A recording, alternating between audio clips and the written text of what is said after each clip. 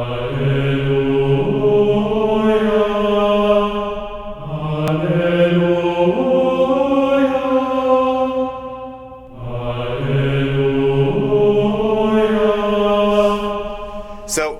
good afternoon. Let's go with that. As I always seem to do, I'm going to be talking about Pseudo-Dionysius. It was a late 5th, early 6th century Neoplatonic Christian somebody. We don't know who he was. He was most likely not Dionysius the Areopagite because he would have been dead for hundreds of years. There is a very small corpus of his writings that either have survived or that was all that he wrote, and then he made up other books that he never actually wrote. I'm good either way. He is sort of most well known for his book, The Divine Names, which is this series of, oddly enough, divine names, names attributed to God, which he then tries to explain so we can have some better understanding of God. But also for his apophatic or negative theology, this idea that we can talk about God and he's got all these names, but none of that's actually God. God's beyond and above all of that stuff. So he uses the system of what are called negations and denials, which I'll talk about, to not talk about God, because ultimately you can't. And that should seem like it's fairly straightforward. Here's the book where he talks about God, not God itself, but the names of God, God in manifestation. So it can't be God because God is beyond manifestation. And then there's this other book where he tries to talk about God as much as you can, when you cannot talk about it at all. And they're two very distinct things. And then scholars come in, and they don't like that idea. And there's sort of this current trend in scholarship on Pseudo-Dionysius to turn him into a Protestant, which, considering that he's from the 5th century, doesn't work very well. And it sort of rewrites what he's talking about. So what I'm trying to do in this paper is sort of move past the scholarly error, because that's the polite way of talking about it. And try to figure, what is he actually saying? Does he think there is a cataphatic, a positive, a God in the world? Or does he not? And if he doesn't, why does he talk about the one and why does he talk about the other? To what end? Because he's not just talking about it to talk about it. Platonism is a, oddly enough, very practical oriented system. If it's just talking but not eventually applying, nobody cares. So the question becomes, how is he trying to apply this? And the general thought is, well, it's about meditation, about theoria, contemplation. And there probably was some of that. He uses the language of theoria, of contemplation in his ecclesiastical hierarchy, where he's talking about the different mysteries or the different sacraments. But that's not the aim. In late Platonism, which is the tradition that Dionysius comes out of, ritual supersedes. It takes over. It is more important than meditation alone. So ultimately, that's what I think he's aiming for, that his understanding of God in the beginning of his corpus leads directly to the ritual practice at the end of his corpus. So there's my thesis, I guess. That'll be my next doctorate. So the question becomes, what do the divine names, there are a couple dozen or so of them, what do they actually refer to? And so this is the first book of his series, is called On the Divine Names. And it is the longest of the 4 books, and he's got a handful of letters as well. And it rather systematically describes God through a series of epitaphs, love, wisdom, the one, peace, all sorts of things. And the most typical interpretation of these names in modern scholarship has been in light of what is seen as a unique approach to the Parmenidean hypothesis. The Parmenides is a book in the corpus of Plato, which the late Platonists take to be ontological. It talks about God. That's how it's sort of understood. And if does God exist, and can God exist? And so we talk about the one that is not. Well, but if there's a one that is not, but there's still things, then there must also be a one that is, and there are like 8 different hypotheses that confuse everyone. So I'm not going to go into them. And so what scholars say is like, well, what he did is he took the first 2 hypotheses and he said both of them refer to God. And we'll see about that. Later Platonists, the polytheistic Platonists, they interpret this discussion in the Parmenides as being about the nature of God, the gods, this whole hierarchy of divine beings, archangels, angels, daemons, and heroes, and souls. And it's a claim that unlike the polytheistic Neoplatonists, who attributed the first hypothesis to an ineffable one, to an unknowable, immaterial, beyond all the things God, and a one who is slightly different than this. I have no idea what I'm trying to say here. So they would say there's the one, and that would be the first hypothesis. That's the one who is not. That's awesome. and blinding. It makes you look fantastic. Well, as long as it does that. Would you like some coffee? No, thank you. And then it would attribute the second hypothesis to other things.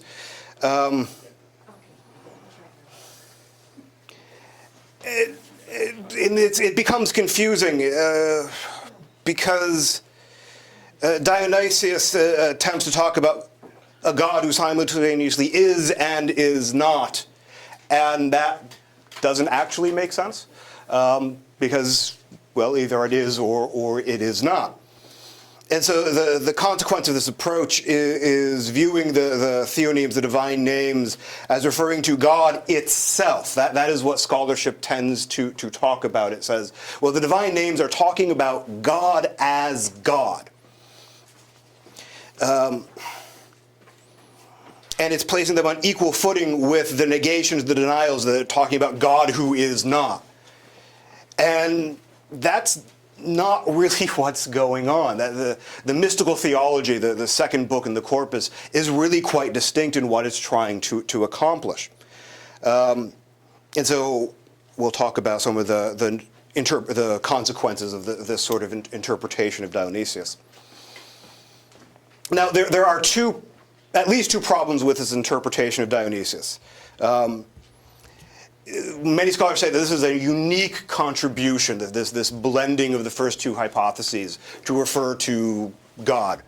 They say, well, this is absolutely unique and new, and therefore could not have come from the pagans, and therefore Dionysius is great. And the problem with this is that both Plotinus and Porphyry used the same interpretation a couple hundred years earlier. So it's not new at all. Porphyry, probably following his teacher Plotinus, has done this. He says that the one falls under both the first and second hypotheses, because there's a problem of if God is not and God is always beyond everything, then how do we have anything at all? So he said, well, God both is and God is not, and it's the same thing. And then the later Platonists said that doesn't make sense. But it's not unique at all. And the tensions between these views really never get resolved in Plotinus. He just sort of goes on because it's the best he can do with a situation that doesn't seem to work very well. This confusion about Dionysius' sources appears to have come about due to a focus on Proclus. Proclus was in 4th century or so Platonist, who was the head of the Athenian Academy. And he is most definitely one of Dionysius's major sources. He draws directly from a number of Proclus's books. But it seems that scholarship tends to ignore everybody else who also influenced Dionysius. He's not the only one, and in some instances, it seems clear that he's drawing on others.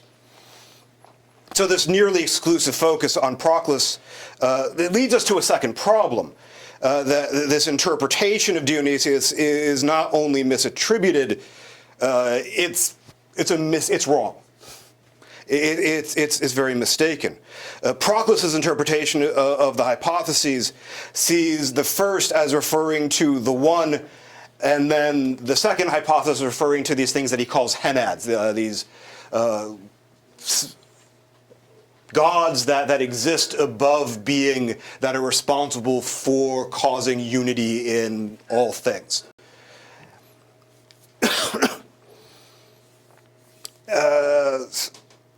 And so these are ontologically posterior to the one. So there's the one that is not, that exists beyond all things, beyond all conception whatsoever.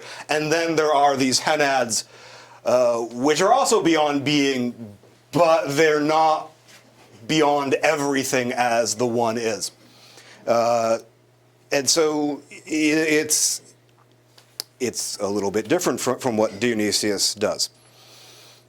Because Dionysius differs from Proclus, it's generally just assumed that Dionysius came up with it on his own, because nobody's looking past Proclus. But Proclus wasn't the only inspiration here. Dionysius's writings, especially on the mysteries, on theurgy, they are influenced by, of course, as you probably all know by now, my favorite guy, Iamblichus, who is the late Platonist who brings theurgy, this sort of ritual, I don't want to call it magic because it's not, this ritual practice, this divine ritual practice into the Neoplatonic schools. And Dionysius's approach to the hypotheses are fully in line with Iamblichus's, once we stop thinking that he's interpreting them like Plotinus. So Iamblichus, in his commentary, what survives of it on the Parmenides, understands a different relationship between the first and the second hypotheses than Plotinus and his student Porphyry. And this is reflected in his complex theology of the one, which actually your liturgy reminds me of all the time, because in Iamblichus there are three ones. There is an ineffable one, and then there is a simply one, and then there is the one being. They're all actually the one. There's not really a distinction from them from the one's or God's point of view. The distinction is purely from us looking up and trying to understand what's going on.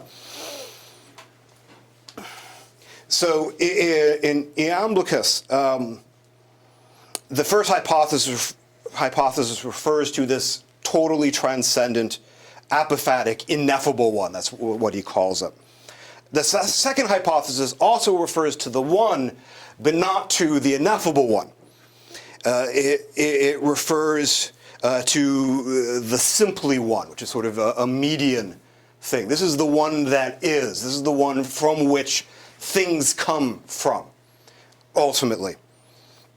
So the simply one, while transcendent over the noetic or the intelligible realm, sort of the equivalent to the pleroma in Gnostic thought, is nevertheless positive rather than negative, because you need to have something from which other things to come from.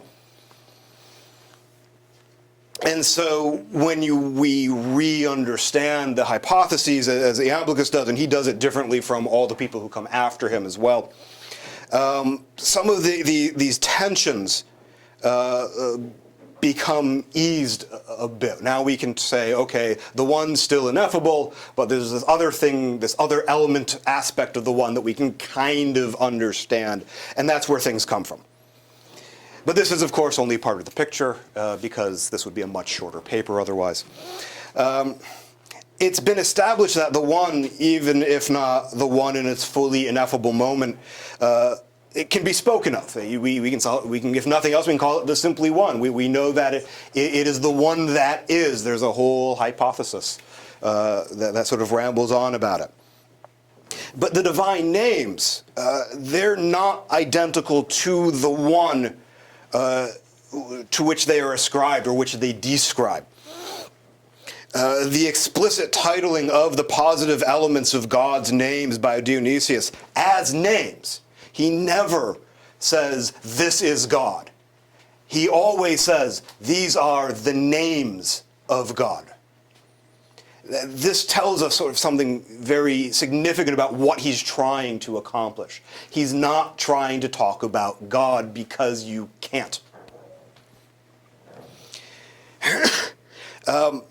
So this implies, and John N. Jones, a somewhat more modern, not Paul Roram, Protestant-oriented scholar on Dionysius, he notes that this way of understanding God is ontologically posterior to God itself. The names are not God. The names come after God. They are possibly produced by God, but when we're talking about the Father, for instance, we're talking about the Father. We're not talking about that ineffable one. But even Jones doesn't quite get it. He's mistaken in seeing the positive and negative Dionysian language as simply being on different ontological levels, with the negative being superior to the positive, but both somehow being the one ineffable, or simply as the case may be. And as I said, they are not the one. They are something quite distinct. Unlike my pages here.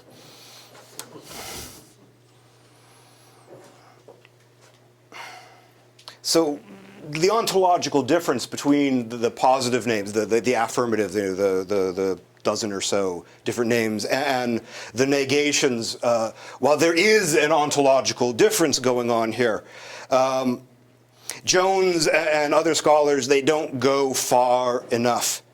Not only are the theonemes not God as fully transcendent, the divine names are not God at the second moment of the simply one, as Jones seemed to suggest.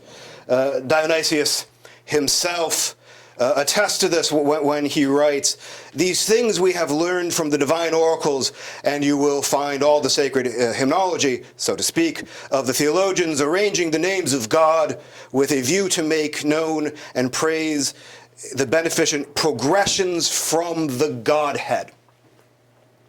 That is, regardless as to which moment of God we speak, whether it's the transcendent, ineffable one, or the simply one, or even the one being, the theonames are entirely below or after that level. The divine names may refer to God, but they are not God itself.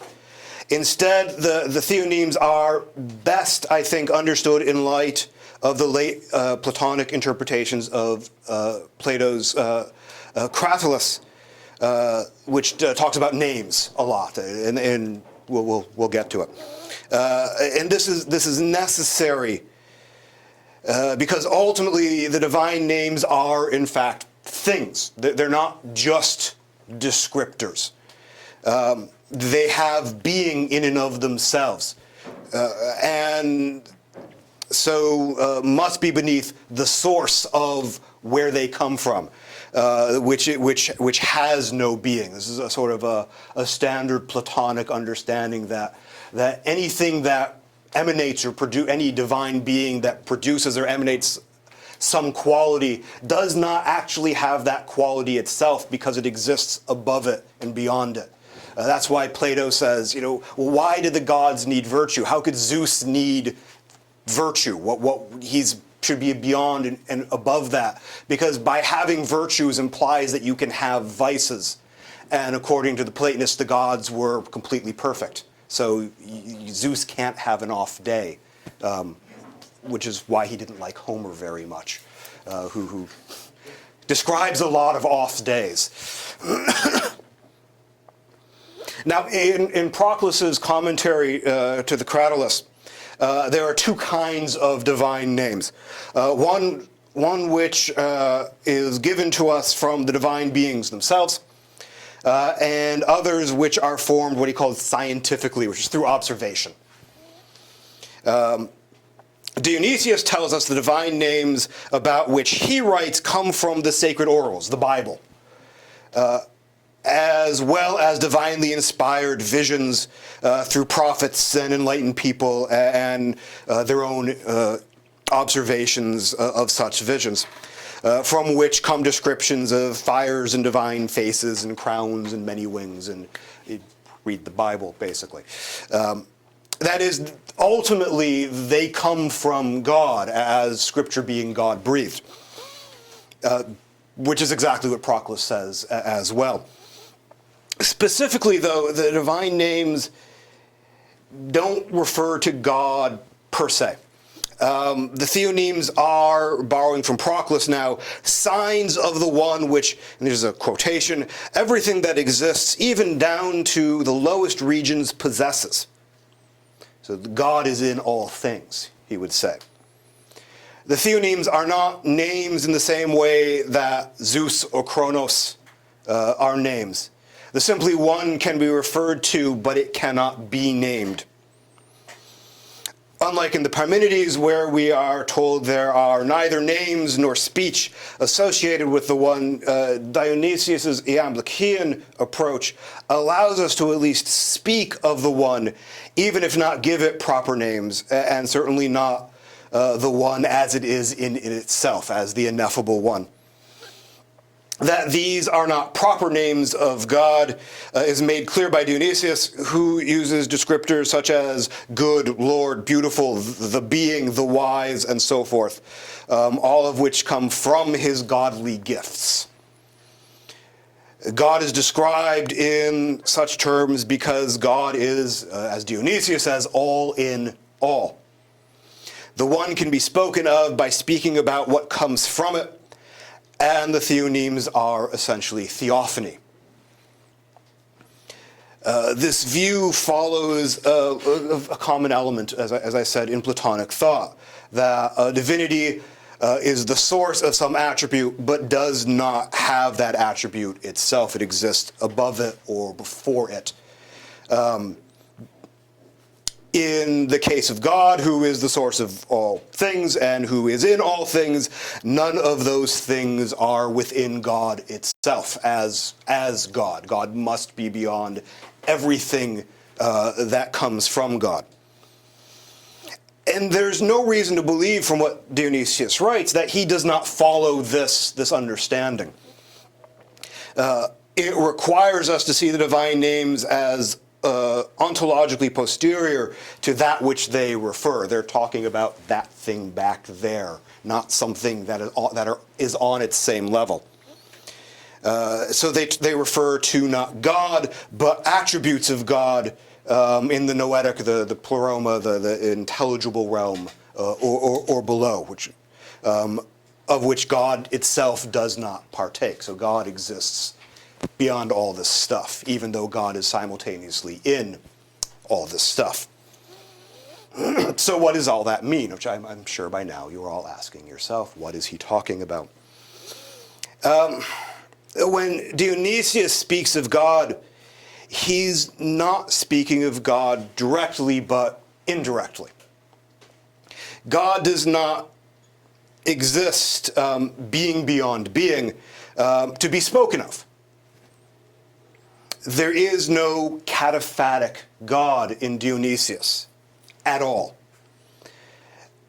What there is a grand display, a divine revelation of all which comes from God. God is in all things, but importantly, nothing is in God. So what do these names tell us? And as they are not directly speaking of God, how are they useful?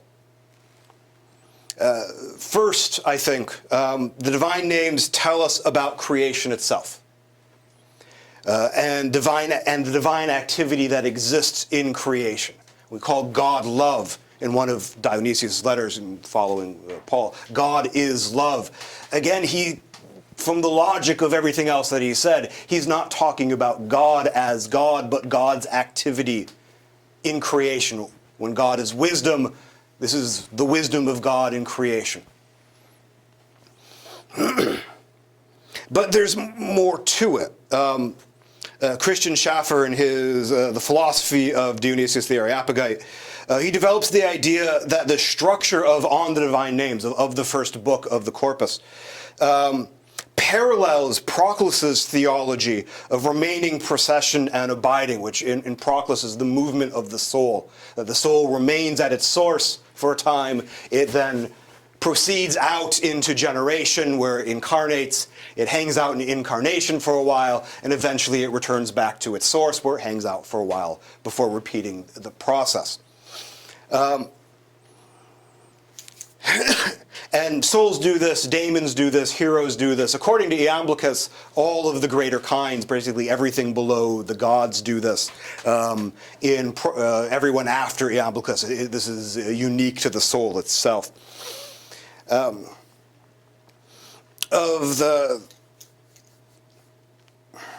Schaffer suggests that God itself undergoes this process.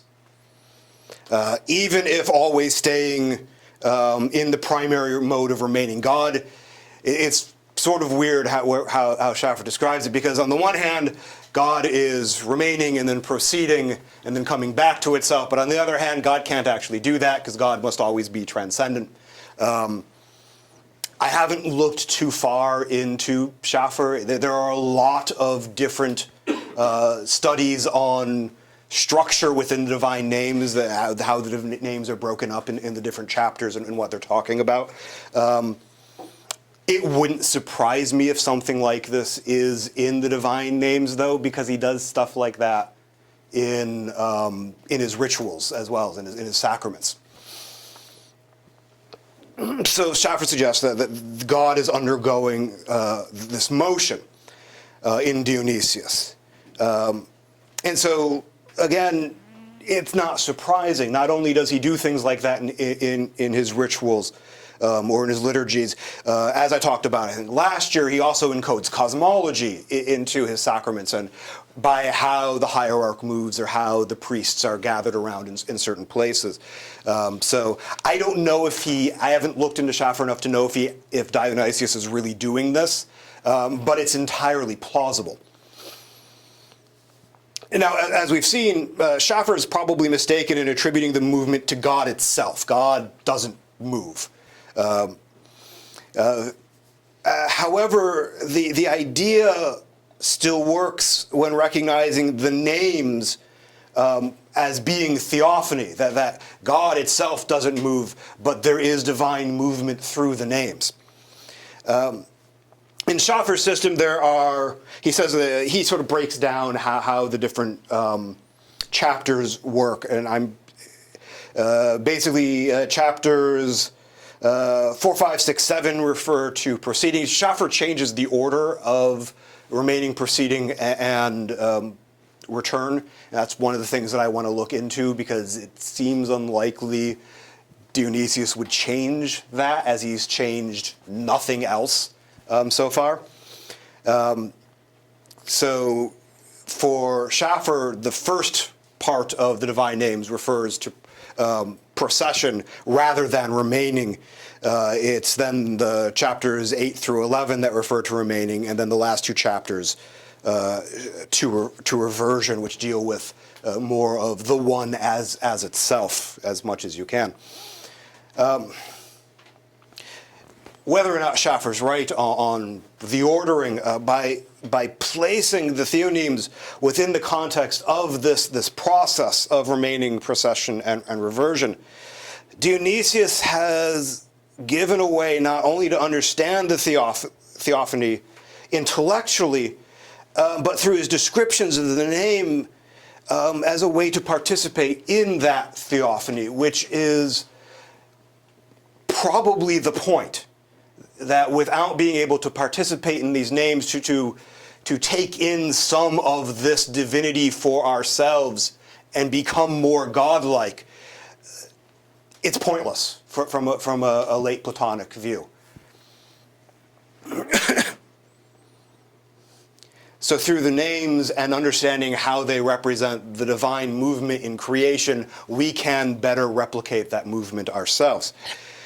Because the names end in reversion to the one, Dionysius has given us an anagogic and spiritually uplifting scheme to raise ourselves to the one by following its movement. So far as possible, of course. Through both contemplating the divine names and their meanings and participating in them through what he calls the mysteries, or what we would normally call in the West the sacraments.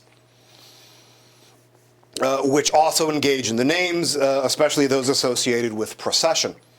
The names relating to the activities of the Trinity in Schaffer's system. Their anagogic, their uplifting nature, and their, connection to Dionysius' liturgy marks them as being theurgic in nature, that they are divine workings. Theurgy is this ritual practice. It literally means divine activity.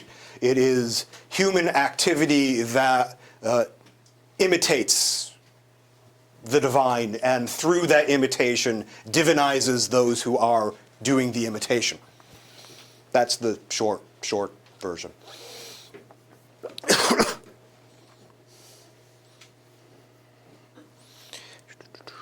Find where I am. Okay.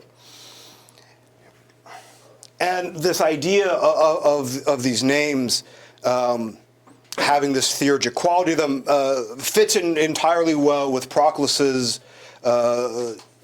theory of names in the Critolus that we've already talked about.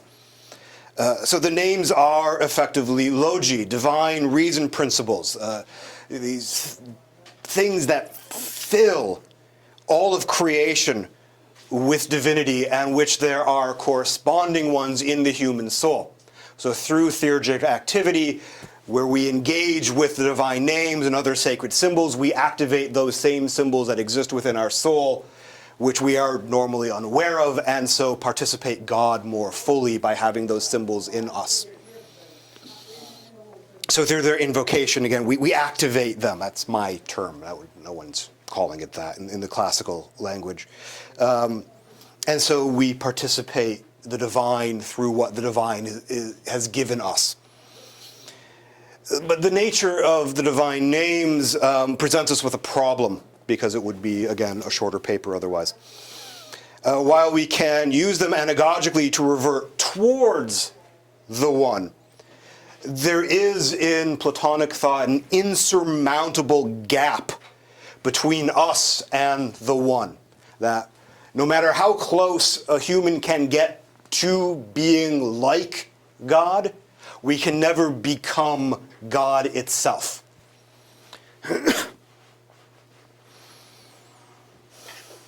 So we can only rise through the names to the height of creation because the names themselves exist in creation.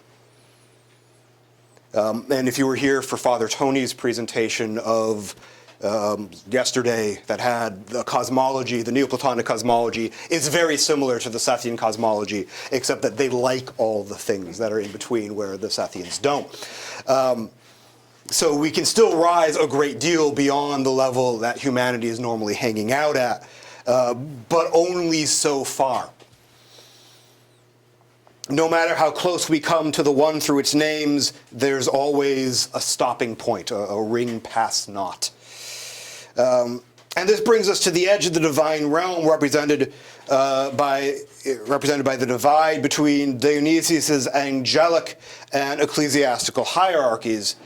But really, you can go no further. Even the top of the human spiritual hierarchy, the hierarch or the bishop, is still always below the angelic level, which I know is maybe disappointing for some of you. The names exist. God is beyond existence. So if you're using something that exists, you can only take it to where it goes. You can't go beyond it. In order to reach higher, we cannot rely on any sort of Kataphatic theology. We have to go beyond the names. Which leads us to the negative theology.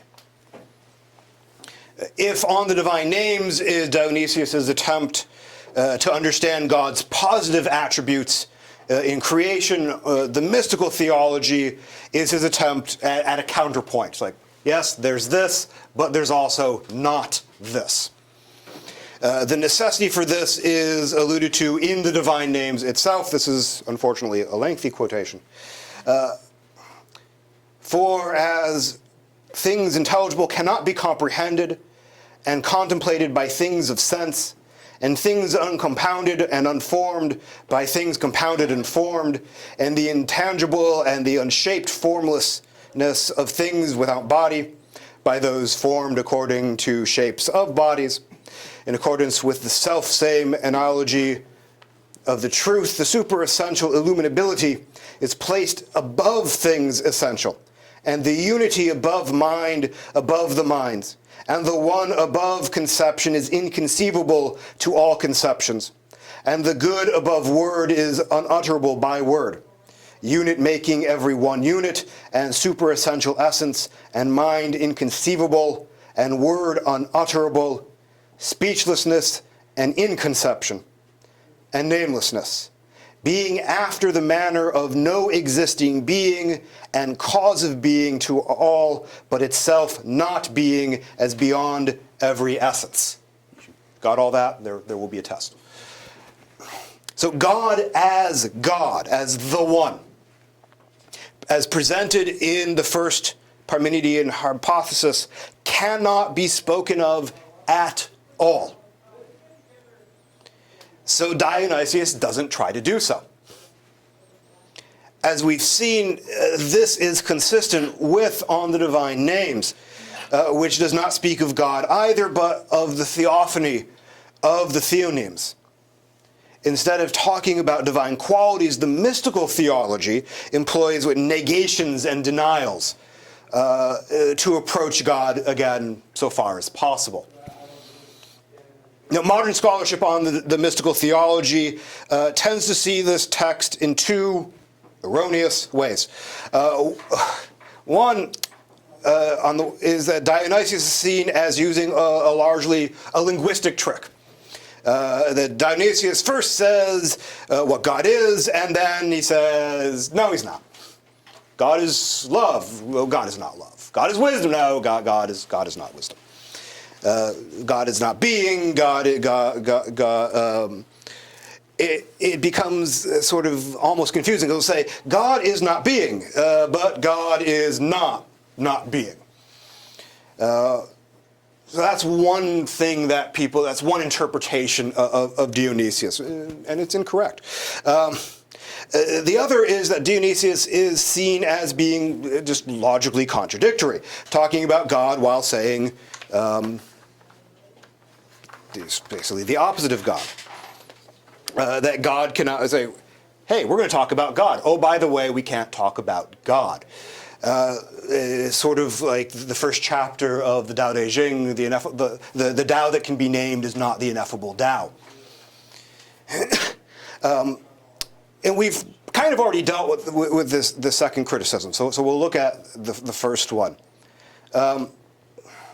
The heart of Dionysius' negative theology, or his negative language, is this use of negations and denials. Denials are used to speak of God's transcendence.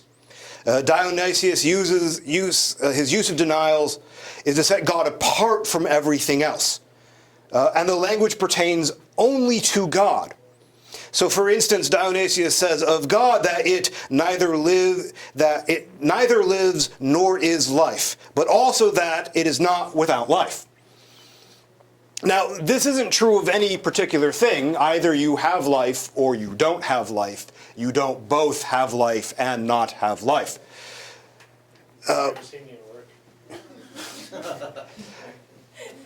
No comment. But we can, because God is above all, this language successfully distinguishes God from everything else. So he's really trying to say, look, I'm not so much describing God, I'm describing how God is completely different from everything else that happens to be. So it's not simply contradicting a contradiction. Positive assertions about God are related to the theophany, and God as understood through the second Parmenidean hypothesis. The negation, though, refers to the first hypothesis. They are, in effect, talking about two different things. When God is using negations, he's talking about, or when Dionysius is using negations, he's talking about the ineffable God. When he's using the divine names, he's talking about something else. Dionysius uses a second form of denial as well. After denying individual affirmations, and so moving from the second to the first hypothesis, he also simultaneously denies all affirmations, or all the divine names. In this, he is likely using the denials, he likens the denials to sculpting stone. He uses a very particular sort of language. He says, "For this is veritably to see and to know and to celebrate superessentially the superessential, through the affirmations of all existing things, just as those who make a lifelike statue by extracting all the encumbrances which have been placed upon the clear view of the concealed, and by bringing to light by mere cutting away the genuine beauty concealed inside." Something that Michelangelo described how he carved things that the image is already there, he just removed everything else. Dionysius is using the same language a couple hundred years earlier. So Michelangelo, plagiarist, is I guess what we should take from this. So the simultaneous... Or Platonist. That too. That actually improves him in my eyes, I think. This simultaneous denial of all beings is necessary to reach God, in that it removes all that God is not. In this, God itself is beyond any individual denial, because each denial only reveals a tiny bit of God, as it were, never God itself. So if we take away everything, that which remains, which is nothing, reveals God. The negations are different.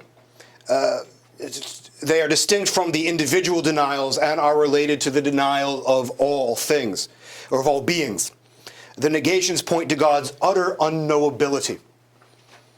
The negations are not in opposition to the affirmations, but far rather that it, God, which is above each affirmation, is above the negations. Dionysius is here placing each affirmation below the negations. So the negations are again necessary because individual denials are not enough. We must get rid of everything. So what are the negations? Where the denials talk about God as being not X, whatever X might be, the negations use a different language. Instead of not X, God is described as invisible, as infinite, incomprehensible. And when there is signified not what it is, but what it is not. It's pointing to God's unknowableness. So we speak here of God's transcendence. And God is not merely described against visibility, against finiteness, against comprehensibleness, but is explicitly not related to any of these things. We can't just not understand God. God is beyond understanding or not understanding completely. We can't just see God, not see God. God is beyond visibility or invisibility completely. These words that we use do not pertain to God in any way, shape, or form.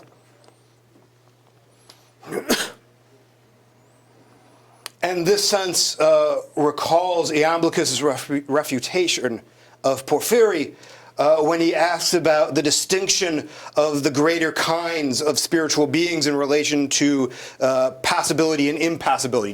Do the gods, do the archangels, do they have emotions or not? Here, Porphyry is using the language of affirmation and denial. Iamblichus counters with the language of negation. He says that the greater kinds are not just free from passions, and so impassible, but are completely beyond passibility and impassibility. There is no way that they can have emotional response, that they can have a passionate response at all. So we can't say they're impassible. By saying they're passible or impassible, the other one is automatically implied. Neither of these things actually pertain to the gods at all. And the same is true of Dionysius' apophatic god. It is incomprehensible because it is not only beyond all notions of comprehension, but it's even beyond incomprehensibleness, which could be a word. In speaking of God through negations, Dionysius is telling us that God cannot be spoken of, cannot be understood in any way at all.